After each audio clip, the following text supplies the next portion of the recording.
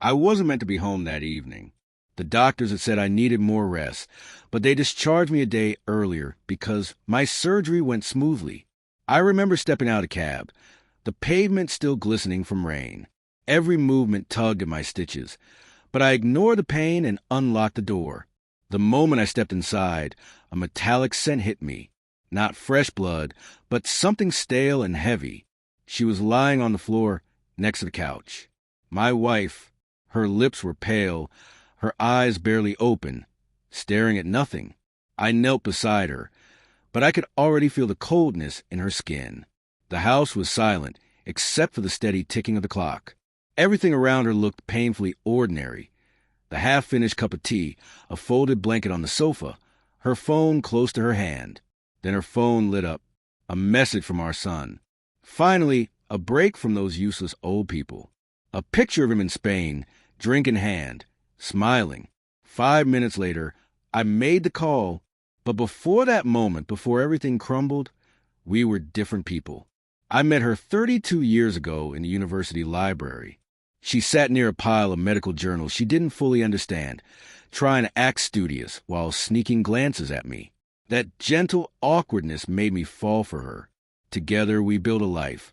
Our home, our son, dreams that felt indestructible. But cracks don't announce themselves. They appear quietly. Our son slowly drifted away from us.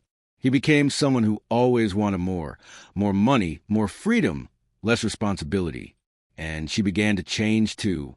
There was no affair, no dramatic betrayal, just slow shifts, forgotten pills, missed doctor visits, quiet conversations behind closed doors.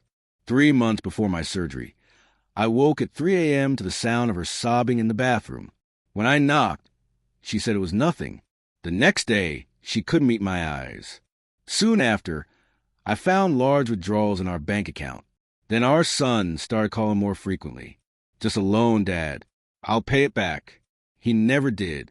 And every time, she defended him. The same woman who once promised not to raise an entitled child became his silent supporter.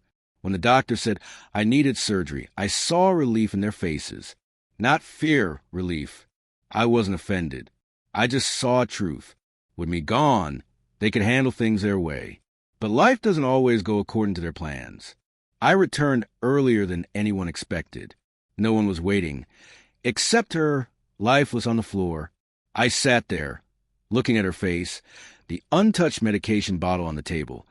Her phone still buzzing with messages from the son. She protected more than herself. I didn't cry. I felt a cold, quiet clarity. I called him. He answered with laughter in his voice. Dad, you sound alive after surgery. Didn't think you'd make it. Your mother is dead, I said. Silence. Then a shaky chuckle. You're joking. I'm not. He sighed. Guess I'll have to end my trip early. No need, I said. It's all taken care of. He didn't understand. Not yet. During my hospital stay, I had time. I reviewed every financial document, every account, every legal asset. I started making changes. I sold the shares he owned, moved the house into a trust he couldn't access, transferred our savings into an account only I controlled. My lawyer assumed it was for future planning. In some ways, I left him with only one inheritance: debt. Every rupee he ever borrowed became legally his responsibility, authorized by his mother's digital signature I found on her laptop. She trusted him with her password. I trusted myself with the consequences. When he landed back from Spain, the police were waiting, not because of her death, but because of the financial chaos in his name. 2 days later, he called me from a detention cell. His voice was small. Dad, please. I didn't mean for any of this to happen. She wanted to help you, I said. You took everything from her. You drained her long before night. I hung up. I buried her quietly. No guests. No tears from others. Just the sound of dirt hitting her coffin and the wind around us. People say forgiveness brings peace. To me, it sounds like surrender, and I have surrendered enough already. Now, when I look at her photo, I don't see betrayal. I see someone who loved too deeply, who made the wrong choices for the right reasons. Love blinded her. It once blinded me too.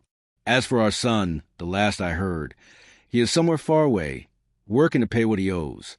I don't wish him pain. I only hope he learns why empathy matters before it's too late.